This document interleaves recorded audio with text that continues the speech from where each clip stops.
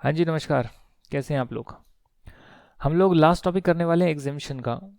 उससे पहले slump sale के बारे में कुछ बताना चाहता हूँ।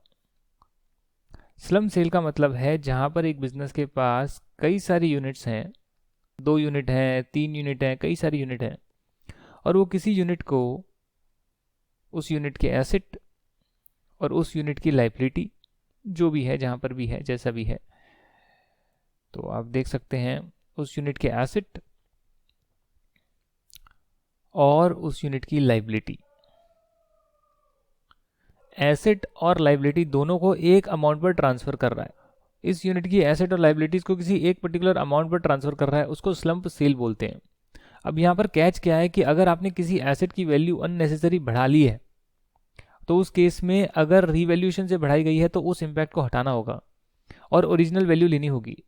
अगर कोई डेप्रिशिएबल एसेट है तो उस पर जो इनकम टैक्स के हिसाब से डेप्रिशिएशन चार्ज कर करंट ईयर में वैल्यू आई है, वो वैल्यू कंसीडर करनी होगी। ये कुछ बातों का ध्यान आपको रखना पड़ता है। फिर आप एसेट माइनस लाइबिलिटी करते हैं तो आपकी नेट वर्थ आती है कि भैया इतने रुपए की चीज़ है, वो कितने में गई, जितने में गई वो सेल, जो नेटवर्थ है वो कॉस्ट, इंडेक्सेशन होता नहीं है तो कैपिटल गेन या कैपिटल लॉस आता है। थोड़ा बहुत आइडिया आपको दोबारा से मैंने दे दिया ताकि कॉन्सेप्ट क्लियर हो जाए। अब बात करेंगे एग्जेम्पशन फ्रॉम कैपिटल गेन की। एग्जेम्पशन का मतलब क्या है? देखिए, एग्जेम्पशन समझते हैं क्या होती है। अगर ये नोट्स आपने पहले से डाउनलोड कर लिए दोबारा कर लीजिएगा, और जो लोग बहुत बाद में देख रहे हैं, जब मैंने ई बुक ही अपलोड कर दी है तो ई बुक से ही करिएगा। अभी जो है मैं एक एक इंडिविजुअल चैप्टर कर रहा हूँ, चैप्टर होने के बाद उन नोट्स को अमेंड कर रहा हूँ अगर कुछ चेंजेस हैं तो, और उसे जो है आप डाउनलोड कर कर ही स्टडी करिएगा। अच्छा सर, हम लोगों ने अभी तक ये फॉर्मेट जाना है, बहुत बार हमने कर लिया इस फॉर्मेट को डिस्कस, जो आप लोग भी भली भांति जानते हैं कि फुल वैल्यू कंसिडरेशन, पूरा लिखिएगा, फुल वैल्यू कंसिडरेशन लिख के दिखाता हूँ आपको मैं, ऐसे फुल वैल्यू कंसिडरेशन ऐसे पूरा लिखिएगा पेपर में। यहाँ पर्टिकुलर्स वगैरह भी लिख लीजिएगा, ऊपर हेडिंग भी डाल लीजिएगा किसका कैपिटल गेन कैलकुलेट कर रहे हैं। Particulars, amount, full value consideration minus expenses on transfer, Holi and exclusively on transfer. ये नेगेटिव फिगर आएगी, नेगेटिव को ब्रैकेट में लिखते हैं, और ये नेट सेल कंसिडरेशन आपका आ जाएगा। इसके बाद आप माइनस करेंगे cost of acquisition and cost of improvement. SSC की खुद है तो ठीक है, प्रीवियस ओनर की है तो भी माइनस कर सकते हैं, पर 1/4/2001 से पहले की कॉस्ट ऑफ इंप्रूवमेंट माइनस नहीं होती है, इग्नोर होती है। हालांकि कॉस्ट ऑफ एक्विजिशन में आप 1/4/2001 की फेयर मार्केट वैल्यू ले सकते हैं, और उसके हिसाब से जो है आप इंडेक्सेशन भी कर सकते हैं। इंडेक्सेशन जो है हमेशा लॉन्ग टर्म के केस में होता है, शॉर्ट टर्म के केस में नहीं होता है, और कुछ लॉन्ग टर्म में भी नहीं होता है। ये माइनस करने के बाद आपका आएगा कैपिटल गेन, और इसमें से आप माइनस करते हैं एग्जेम्पशंस। वो एग्जेम्पशंस हम करने वाले हैं, अगर आपने सीख लिया तो आपको पता लग जाएगा कि capital gain chargeable to tax कितना है। Capital gain chargeable to tax कितना है, ये आपको पता लग जाएगा बस।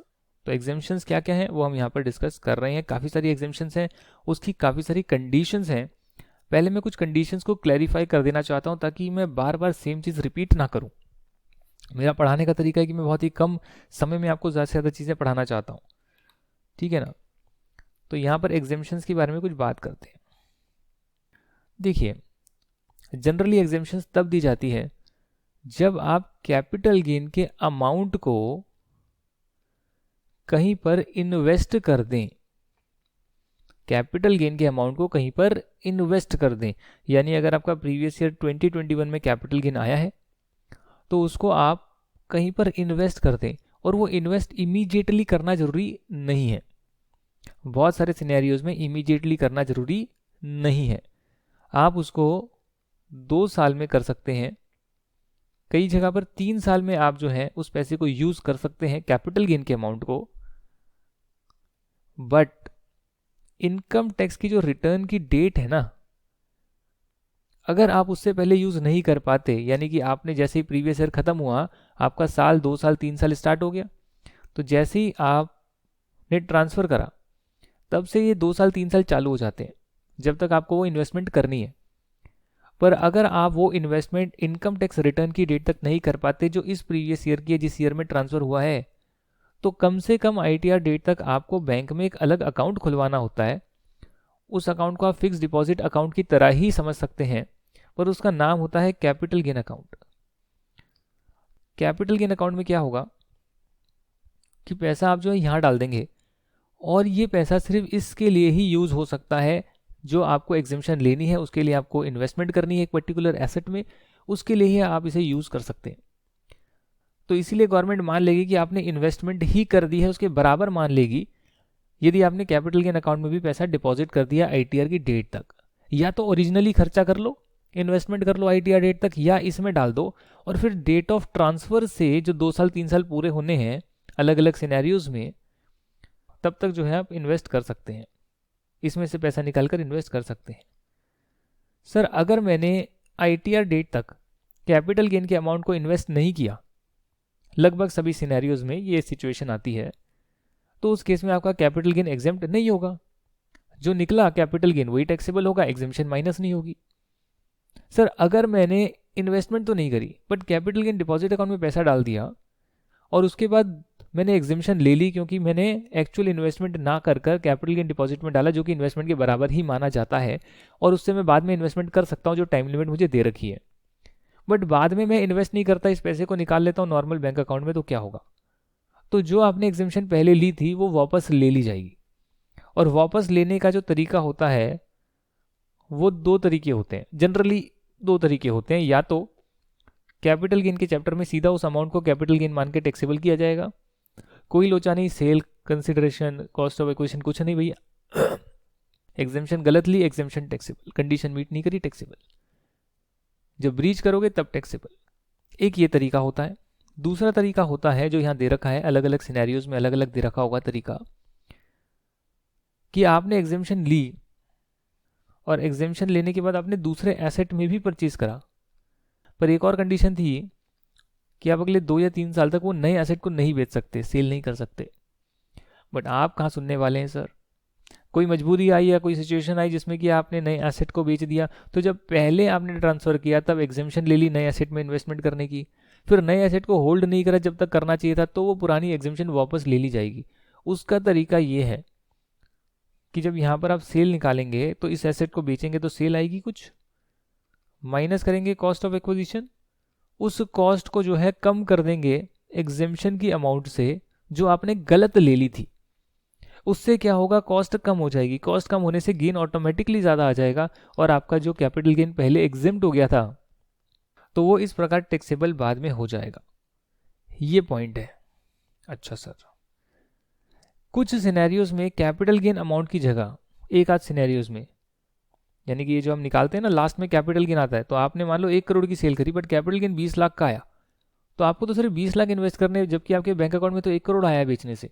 20 लाख इन्वेस्ट करोगे, 20 लाख एग्जेम्प्ट हो जाएगा। कहीं कहीं पे जो है बोला गया कैपिटल गेन की अमाउंट नहीं, जो नेट सेल कंसिडरेशन है, यानी कि वो आपके खर्चे माइनस करने के बाद जो अमाउंट आती है, आप सीधा उसको इन्वेस्ट करेंगे, तब आपको जो है कैपिटल गेन आपका एग्जेम्प्ट होगा। यानी मान लेते हैं कि यहाँ पर 98 लाख का जो है नेट सेल कंसिडरेशन है, ठीक है ना, 2% की ब्रोकरेज है, 98 लाख का आपका नेट सेल कंसिडरेशन है। तो अगर आप 98 लाख इन्वेस्ट करेंगे तो आपका 20 लाख एग्जेम्प्ट होगा। तो अगर आप यहाँ पर सिर्फ 50 लाख इन्वेस्ट करेंगे तो प्रोपोर्शनेटली अमाउंट एग्जेम्प्ट होगी। जैसे कि 20 लाख एग्जेम्प्ट करनी थी, अगर 98 लाख इन्वेस्ट करते, अगर आपने 50 लाख की इन्वेस्ट करा तो प्रोपोर्शनेटली 20 लाख का कितना परसेंटेज एग्जेम्प्ट होगा वो आपको देखना पड़ेगा। कौन से सिनेरियो में जहां पर ये लिखा है कि नेट सेल कंसिडरेशन को इन्वेस्ट करने से कैपिटल गेन की एग्जेम्पशन मिलती है, ठीक है ना, यहां तक की बात क्लियर है। लगभग सभी केसेस में लॉन्ग टर्म कैपिटल एसेट पर ही एग्जेम्पशन मिलती है। लॉन्ग टर्म कैपिटल एसेट यानी पीरियड ऑफ होल्डिंग आपका 24 महीने, 36 महीने, 12 महीने से ज़्यादा हो, अलग अलग सिनेरियोस में दे रखा है। तो अगर आपको ये सारी चीज़ें क्लियर है कि भाई जो मैंने आपको बताई है कैपिटल गेन डिपॉजिट अकाउंट क्या होता है, ITR से पहले अमाउंट डिपॉजिट करनी होती है, 2-3 साल में इन्वेस्ट करनी होती है, नए एसेट को भी आप जल्दी से बेच नहीं सकते हैं, और बहुत जगह पर कैपिटल गेन की अमाउंट इन्वेस्ट करनी होती है, और कई जगहों पर नेट सेल कंसिडरेशन की इन्वेस्ट करनी होती है, नहीं करते तो एग्जेम्पशन को वापस बाद में ले सकते हैं। अगर ये सारे कॉन्सेप्ट आपके क्लियर हैं और लॉन्ग टर्म कैपिटल एसेट पर ये मिलता है, तो उसके बाद हम इस चैप्टर को कंप्लीट कर सकते हैं। मैंने बेस आपका बना दिया है। सेक्शन नंबर 10 में कुछ एग्जेम्पशन गिवन है, जिसका पहला क्लॉज है 33, जिसमें कहते हैं कि यूनिट ट्रस्ट ऑफ इंडिया की यूनिट्स को ट्रांसफर करोगे तो कोई टैक्स नहीं लगेगा। यूनिट्स एक कैपिटल एसेट होती है, जैसे शेयर कैपिटल एसेट होता है, ट्रांसफर करने पर नहीं लगेगा अगर वो यूनिट्स यूटीआई की है, यूनिट ट्रस्ट ऑफ इंडिया की है। और सेक्शन 10 क्लॉज 37 कहता है इंडिविजुअल और HUF who owns urban agriculture land, individual और हफ को ही एग्जेम्पशन दे रहे हैं जिनके पास अर्बन एग्रीकल्चर लैंड है, क्योंकि रूरल एग्रीकल्चर लैंड को ट्रांसफर करने पर तो टैक्स लगता नहीं है। ये मैं ऑलरेडी बता चुका, वो कैपिटल एसेट ही नहीं होता, अर्बन एग्रीकल्चर लैंड होता है। तो अगर urban agriculture land compulsory acquire किया जाए, गवर्नमेंट कंपलसरी एक्वायर कर ले, उस केस में जो है कैपिटल गेन एग्जेम्प्ट होता है यदि आपने लैंड को पिछले 2 सालों तक एग्रीकल्चर पर्पस के लिए ही यूज कर रहे थे। तो दो चीजें हैं, लैंड तो एग्रीकल्चरल है पर उसे यूज नहीं कर रहे एग्रीकल्चर पर्पस के लिए, तो फिर एग्जेम्पशन नहीं मिलेगी। लैंड एग्रीकल्चर है, एग्रीकल्चर पर्पस के लिए 2 साल तक कम से कम लगातार पिछले 2 साल यूज हुआ है और गवर्नमेंट कंपलसरी एक्वायर कर लेती है, तो आपको सेक्शन 10 क्लॉज 37 की एग्जेम्पशन मिलेगी। सर अगर अर्बन एग्रीकल्चर लैंड है और गवर्नमेंट कंपलसरी एक्वायर नहीं करती बल्कि हम जो है उसको बेच देते हैं, ट्रांसफर कर देते हैं, तो उसके लिए सेक्शन नंबर 54 के बहुत सारे सेक्शन है। सेक्शन 54B है उसके लिए कि यदि कोई इंडिविजुअल या हफ अर्बन एग्रीकल्चर लैंड को बेच देते हैं, प्रोवाइडेड वो पिछले कम से कम 2 साल एग्रीकल्चर पर्पस के लिए यूज हुए हों, उस केस में अगर वो एग्रीकल्चर लैंड है तो जो मैंने आपको बताया, उस केस में उन्हें कैपिटल गेन का अमाउंट किसी दूसरे एग्रीकल्चर लैंड में डालना पड़ेगा, किसी लैंड में डालना पड़ेगा जो एग्रीकल्चर पर्पस के लिए है। अब वो लैंड रूरल या अर्बन एरिया दोनों में से कहीं भी हो सकता है। पहली कंडीशन क्या बताई मैंने, पहला सिनेरियो क्या बताया जहां पर अर्बन एग्रीकल्चर लैंड गवर्नमेंट ले रही है, वो तो एग्जेम्प्ट है, पिछले 2 साल अगर आपने एग्रीकल्चर पर्पस के लिए यूज किया है। दूसरा मैंने बताया कि अगर अर्बन एग्रीकल्चर लैंड खुद बेच रहे हो जो पिछले 2 साल में आपने एग्रीकल्चर पर्पस के लिए यूज किया है, उस केस में आप कैपिटल गेन के अमाउंट को किसी और एग्रीकल्चर लैंड में डाल सकते हैं। आप उसे जो है 2 साल में परचेज कर सकते हैं from the date of transfer, not from the end of financial year, from the date of transfer. 2021 में किसी साल के बीच में आपने ट्रांसफर करा तो उससे 2 साल में आप इन्वेस्टमेंट कर सकते हैं। बट अगर ITR की डेट तक नहीं इन्वेस्टमेंट कर पाए तो एक अकाउंट में डाल के रख लीजिए, कैपिटल गेन डिपॉजिट अकाउंट में, और फिर जो टाइमलाइन दी है ट्रांसफर से 2 साल की, तब आप इन्वेस्ट कर सकते हैं वहां से निकाल कर। कितनी अमाउंट आपको इन्वेस्ट करनी पड़ेगी, कैपिटल गेन जो निकला है उतनी अमाउंट आपको इन्वेस्ट करनी पड़ेगी। अगर रूरल एग्रीकल्चर लैंड है तो कैपिटल गेन निकलेगा नहीं, ठीक है। सर अर्बन लैंड है बट एग्रीकल्चर पर्पस के लिए यूज नहीं होता, यहां पर नहीं मिलेगी, सेक्शन 54B में नहीं मिलेगी, हो सकता है किसी और में मिले, यहां नहीं मिलेगी। दूसरे पर मिले ना मिले उससे मैं कमेंट नहीं कर सकता, वो मैं दूसरे सेक्शन में ही बात करूंगा। यहां नहीं मिलेगी बस, क्योंकि जब भी हम कोई सेक्शन पढ़ते हैं तो उसमें आपको क्लैरिटी होनी चाहिए कि भाई यहां पर क्या लिखा है, एक एक वर्ड का मीनिंग है और वो मीनिंग क्लियर होना चाहिए। हम अपनी एजम्पशन नहीं ले सकते ये होगा, जो लिखा है उसी से हमें इंटरप्रिटेशन निकालना होता है कि यही है। तभी तो आप बहुत सारी केस लॉज देखते हैं कि वहां पर किसी ने कुछ इंटरप्रिटेशन निकाला, किसी और ने कुछ निकाला, लड़ाई हो गई, केस चल गया। सर यहां तक की बात भी क्लियर है। अच्छा सर, मैं आपको एक और सेक्शन करवाना चाहता हूं, सेक्शन नंबर 54EC। ये वाला जो सेक्शन है ये सभी टाइप के असेसीज को बेनिफिट देता है। अगर आप कोई भी लॉन्ग टर्म कैपिटल एसेट जो लैंड है या बिल्डिंग है या दोनों भी है, जैसे मैंने बताया urban land but agriculture land नहीं है, तो यहाँ एग्जेम्पशन तब भी मिल सकती है। और ये इंडिविजुअल हफ को नहीं मिलती बल्कि किसी भी असेसी को मिल सकती है। तो कई जगह पर कंपनी लिखा होगा और कंपनी में ये एग्जेम्पशन आप दे देंगे तो आप फंस जाएंगे, ये वाली दे देंगे फंस जाएंगे। कंपनी को नहीं दे सकते आप, सिर्फ कंफ्यूज करने के लिए लिखा है। और कंपनी है तो आप ये वाली तो दे सकते हैं, ये वाली भी दे सकते हैं, ये वाली भी दे सकते हैं, ये 3 दे सकते हैं, किसी भी एसएससी को दे सकते हैं। तो अगर कोई भी एसएससी सेक्शन 54EC की एग्जेम्पशन लेना चाहता है, जो कि एक बेस्ट उम्दा एग्जेम्पशन है और बहुत बढ़िया है प्रैक्टिकली अगर देखा जाए, तो वो एक लैंड बिल्डिंग को अगर बेचता है जो कि लॉन्ग टर्म कैपिटल एसेट है, तो उस केस में वो कैपिटल गेन की अमाउंट बॉन्ड्स में इन्वेस्ट कर सकता है जो national highway authority of India के हैं। लिख लीजिए, अगर NHAI का मतलब नहीं पता आपको, national highway authority of India के हैं या फिर रूरल इलेक्ट्रिफिकेशन कॉर्पोरेशन लिमिटेड के हैं। शॉर्ट में लिखा है RECL, rural electrification corporation limited, या अगर किसी और के भी बॉन्ड गवर्नमेंट ने नोटिफाई करे हैं तो उसमें जो है इन्वेस्टमेंट की जाती है, जो कि 5 साल के बाद रिडीमेबल होंगे, 5 ईयर्स के बाद रिडीमेबल होंगे।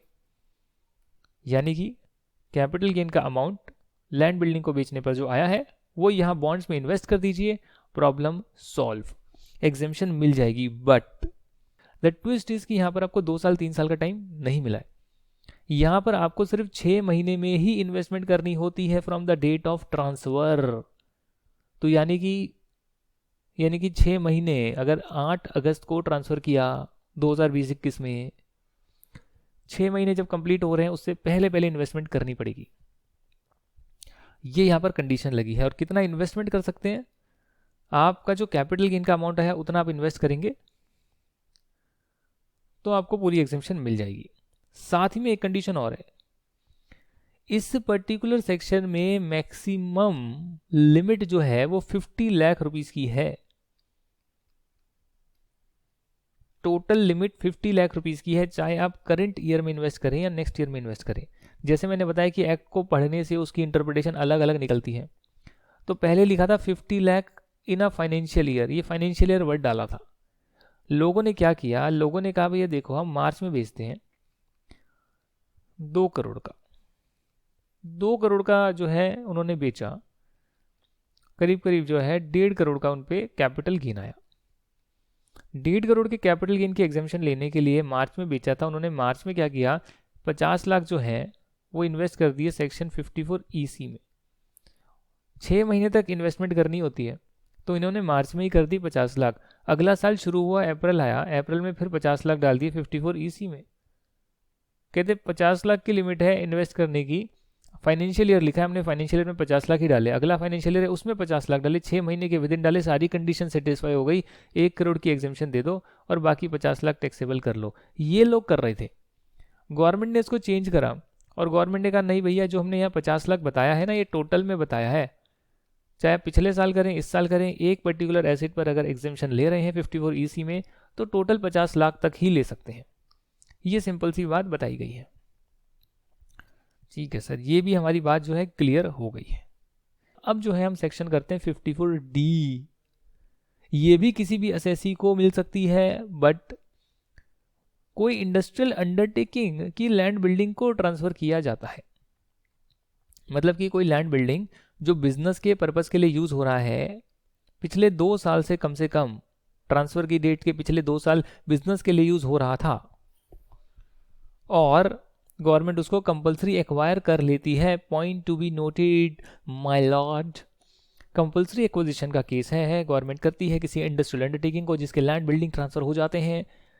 क्या होगा यार, अगर वो आपका कारखाना बीच में आ रहा है तो गवर्नमेंट उसको लैंड बिल्डिंग को लेना चाहती है किसी काम के लिए, वो ट्रांसफर हो गया।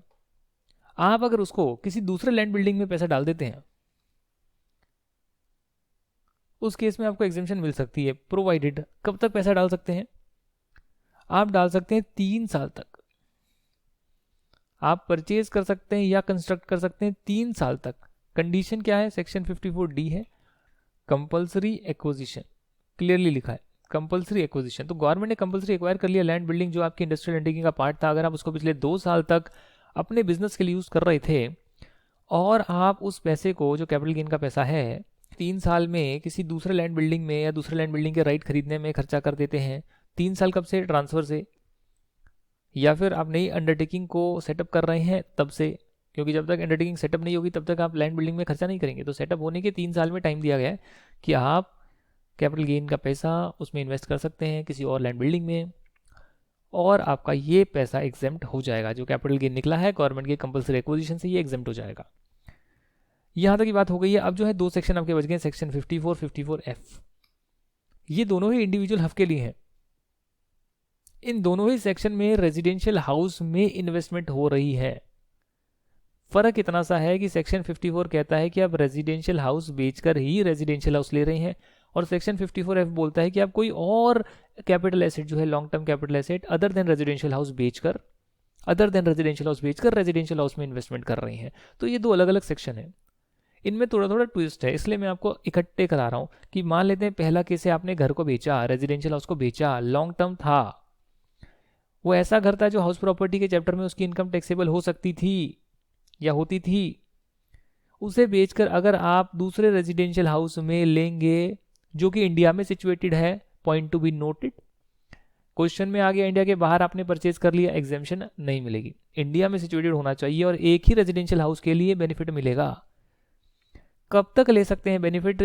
आप ले सकते हैं 1 साल पहले, हैं ट्रांसफर से 1 साल पहले, या ट्रांसफर के 2 साल बाद अगर परचेज कर रहे हैं, या ट्रांसफर के 3 साल बाद अगर कंस्ट्रक्ट कर रहे हैं। ये तो चीज़ समझ में आई नहीं। देखिए, अगर आप मान लेते हैं 1 अगस्त 2021 को ट्रांसफर कर रहे हैं, तो हो सकता है घर बेचने से पहले किसी और घर में इन्वेस्टमेंट कर दी हो। तो अगर आपने 1 अगस्त 2020 से 21 के बीच में कहीं दूसरी जगह इन्वेस्टमेंट पहले कर दी और फिर इसको बेच दिया, तो उस इन्वेस्टमेंट को भी मान लेंगे इसके लिए ही आपने करी थी।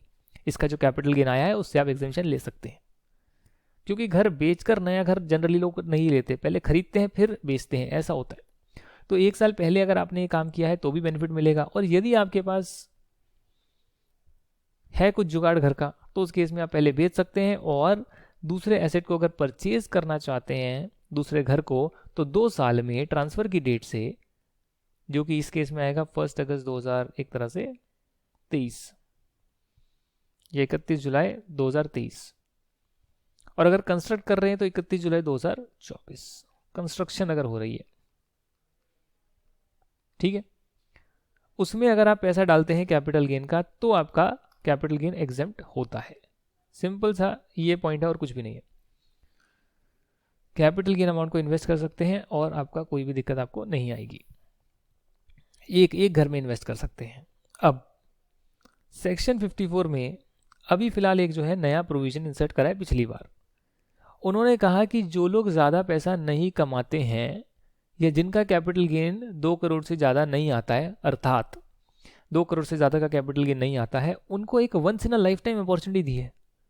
क्योंकि गवर्नमेंट बहुत ज़्यादा अफोर्डेबल हाउसिंग कर रही है, तो एक once in a lifetime opportunity दे दी, भैया आप एक काम करो, एक घर खरीदने की बजाय आप 2 घर भी खरीद सकते हो। एक बार once in a lifetime, मतलब कि अगर आपने यहाँ पर ये घर 1 करोड़ का बेचा, तो वैसे तो एक ही घर में इन्वेस्टमेंट कर सकते हैं, बट यदि ये 2 करोड़ से कम का आपका जो है, यहाँ पर देख सकते हैं आप कैपिटल गेन आया है, तो आप 2 घरों में भी कर सकते हैं ताकि आप अफोर्डेबल हाउसिंग में इन्वेस्ट करें। आपने 2 घरों में इन्वेस्ट कर लिया, नेक्स्ट ईयर आपने इनमें से एक घर और बेचा 1 करोड़ का, उस पर 50 लाख का गेन आया, इसको फिर आप 2 घर में इन्वेस्ट करना चाहते हैं, नहीं हो सकता sir. Once in a lifetime opportunity दी है कि 2 घर में इन्वेस्ट कर सकते हैं। हाँ, उसके बाद फिर बेचेंगे तो फिर बेचकर फिर दूसरा घर तो ले ही सकते हैं, एक तो ले ही सकते हैं सर, सेक्शन 54 में दे रखा है। 1 साल पहले या 2 साल बाद में परचेज कर रहे हैं तो, या 3 साल बाद में ट्रांसफर की डेट से अगर कंस्ट्रक्ट कर रहे हैं तो। सर अगर मैं नहीं ले पाता तो ठीक है, ITR डेट तक डिपॉजिट कर दीजिए कैपिटल गेन डिपॉजिट अकाउंट में। ये सभी के लिए कंडीशन है, ऊपर नहीं लिखा ही शायद इंडिविजुअल में, सभी के लिए होती है। कैपिटल गेन डिपॉजिट अकाउंट में डाल दीजिए और उसको फिर ये 2 या 3 साल में आप यूज कर लीजिए। यहां तक की बात क्लियर है। तो लास्ट सेक्शन आपका है सेक्शन 54F। ये भी इंडिविजुअल और हब को ही बेनिफिट देता है ऐसे लॉन्ग टर्म कैपिटल एसेट को बेचने पर जो रेजिडेंशियल हाउस नहीं है। ये कंडीशन आपको तब मिलती है जब आप किसी दूसरे रेजिडेंशियल हाउस में, जो इंडिया में सिचुएटेड है, 1 residential house situated in India, उसमें पैसा डालते हैं। यहां पर कुछ ट्विस्ट है। पहली बात तो जो पैसा आप डालेंगे वो पूरा नेट सेल कंसिडरेशन का पैसा डालेंगे, तब आपको जो है पूरा कैपिटल गेन एग्जेम्प्ट होगा। तो सेक्शन 54 में तो घर बेच के घर ले रहे थे, कैपिटल गेन का अमाउंट डालते बेनिफिट मिलता। 1 करोड़ में बेचा, 20 लाख का गेन है, 20 लाख डालने दूसरे में, पूरा एग्जेम्प्ट। यहां पर क्या है, यहां पर आपने कोई और कैपिटल एसेट बेचा और रेजिडेंशियल हाउस में ले रहे हैं, तो पहली बात तो ये कि आप सिर्फ एक ही घर में ले सकते हैं। दूसरी बात ये, पूरा नेट सेल कंसिडरेशन अगर 1 करोड़ का है तो वो डालना पड़ेगा, तब पूरा 20 लाख का कैपिटल गेन एग्जेम्प्ट होगा, क्योंकि कुछ और बेच के रेजिडेंशियल हाउस ले रहे हैं। तीसरा, आपके पास एक से ज्यादा रेजिडेंशियल हाउस प्रॉपर्टी पहले से नहीं होनी चाहिए ट्रांसफर की डेट को। मतलब कि उसके पास एक से ज्यादा घर नहीं होना चाहिए। तो एक से ज्यादा घर अगर है, पहले से ही 2 घर हैं, तो फिर वो इसकी एग्जेम्पशन ले ही नहीं सकता है। पहले से एक घर है तो हाँ, एक और ले सकता है। एक घर अगर पहले से है डेट ऑफ ट्रांसफर को, तो कुछ और कैपिटल एसेट को बेचकर एक घर और ले सकता है। बट अगर उसके पास पहले से एक से ज्यादा घर है तो ये एग्जेम्पशन वो नहीं ले सकता है। प्लस अगर उसने ये एग्जेम्पशन ले ली, कंडीशन एक और, अगर उसने यहाँ पर एग्जेम्पशन ले ली 54F सेक्शन में, तो वहाँ पर जो है अगले 2 साल तक परचेज नहीं कर सकता है कोई और रेजिडेंशियल हाउस, और 3 साल तक कंस्ट्रक्ट नहीं करवा सकता है from the date of transfer कोई और रेजिडेंशियल हाउस। तो बाकी जगह पढ़ रहे थे 2 या 3 साल में करवाना है, यहां पढ़ रहे नहीं करवा सकते हैं। यहां पर एक बहुत इंपॉर्टेंट बात है, इसको आप ध्यान रखिएगा, दोनों ही सेक्शन में, सेक्शन 54 और सेक्शन 54F में, जो नए एसेट में आप परचेज कर रहे हैं, जो आप नए एसेट में परचेज कर रहे हैं, उसे आप अगले 3 साल तक बेच नहीं सकते हैं। ये कंडीशन है, मैंने वहां नोट्स में नहीं लिखी, आप ऐड कर लीजिए, अब मैं ऐड कर दूंगा एडिशनल कंडीशन, ठीक है ना। वैसे स्टडी मटेरियल पूरा कवर करते हैं, इसके लिए मुझे टेंशन नहीं थी, फिर भी आपको मैं यहाँ करवा देता हूँ, अभी करा देता हूँ। अगर आप अगले 3 साल में एसेट को बेच देते हैं, सेक्शन 54 वाले एसेट को बेच देते हैं, एक घर बेचा, एक घर बेच के दूसरे घर में इन्वेस्ट करा, अब आपने क्या किया, उस घर को 3 साल तक नहीं रखा, वो कंडीशन है कि 3 साल तक रखना पड़ेगा। अगर आपने नहीं रखा तो उस केस में जो कैपिटल गेन आपका आया था, जिसे आपने एग्जेम्प्ट कर दिया था, उस कैपिटल गेन का पोर्शन आप कॉस्ट ऑफ एक्विजिशन से माइनस करेंगे। कब? जब नए एसेट को बेच दिया ना जल्दी और उसका कैपिटल गेन निकाल रहे हैं, तो सेल कंसीडरेशन आएगी, बेचा तो माइनस कॉस्ट आएगी, उस कॉस्ट को कम कर देना, तो ऑटोमेटिकली कैपिटल गेन ज़्यादा आ जाएगा। कितने से कम करोगे? जितना आपने कैपिटल गेन एग्जेम्प्ट कर लिया था उस नए एसेट में परचेज करने पर, और कंडीशन थी 3 साल तक नहीं बेचोगे, वो आपने नहीं मानी, ठीक है। दूसरा, सेक्शन 54B, एग्रीकल्चर लैंड में डाल रहे हो, नए एग्रीकल्चर लैंड में ले रहे हो, 3 साल तक नहीं बेच सकते। अगर बेच दिया तो क्या होगा? कैपिटल गेन जो एग्जेम्प्ट था उसे आप नया एसेट का जब कैपिटल गेन निकालोगे, जिसे आपने जल्दी बेच दिया, तो उसकी कॉस्ट ऑफ एक्विजिशन से माइनस कर लोगे। यहाँ भी वही चीज़ हो रही है, इंपॉर्टेंट नोट कर लीजिएगा। सेक्शन 54D, 3 साल तक ट्रांसफर नहीं करोगे, ट्रांसफर कर दिया तो क्या होगा? कैपिटल गेन जो पहले एग्जेम्प्ट हुआ था वो कॉस्ट ऑफ एसेट से डिक्रीज कर दोगे नए वाले एसेट की जो आपने जल्दी बेच दिया, उससे क्या होगा? गेन ज़्यादा आएगा, ऑटोमेटिकली टैक्स ज़्यादा लगेगा। सेक्शन 54EC, अगर आपने 5 साल से पहले बेच दिया तो क्या होगा? ये तो डायरेक्टली आपने इन्वेस्ट किया था बॉन्ड में, 5 साल तक का था, पहले बेच दिया तो गेन लग जाएगा सीधा सीधा। सेक्शन 54F, 3 साल तक नहीं बेचेंगे आप, अगर 3 साल से पहले बेच दिया तो क्या होगा? तो आपका जो है कैपिटल गेन टैक्सेबल हो जाएगा।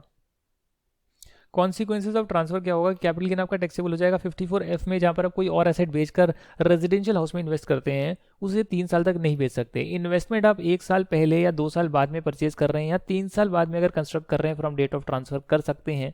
और एक बार आपने एक रेजिडेंशियल हाउस में कर लिया तो फिर दूसरे में नहीं करेंगे इतने टाइम पीरियड तक, 2 साल और 3 साल तक किसी और एसेट में नहीं करेंगे। फर्दर जो एसेट लिया उसको 3 साल तक बेचेंगे नहीं, और अगर बेच दिया तो कैपिटल गेन टैक्सेबल हो जाएगा लॉन्ग टर्म में। जो एग्जाम्प्ट हुआ था वो सीधा सीधा कैपिटल गेन टैक्सेबल होगा, इसमें कॉस्ट ऑफ एक्विजिशन से माइनस नहीं होगा, इसमें सीधा सीधा टैक्सेबल होगा,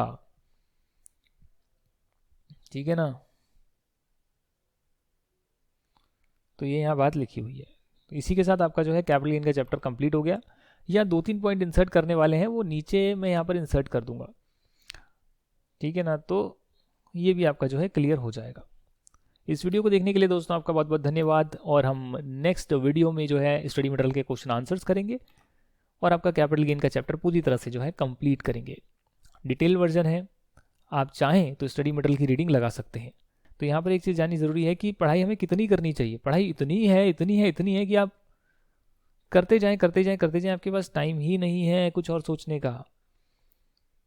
तो आप मुझसे पूछेंगे पढ़ाई कितनी करनी है, तो मैं आपको एक चीज़ बोलूँगा कि भाई दिन में जो है ना 1 घंटा जो है, 1 आवर जो है वो निकालो अपने एंटरटेनमेंट के लिए। उसके अलावा जो है पूरे दिन जो है पढ़ाई करते जाओ बस।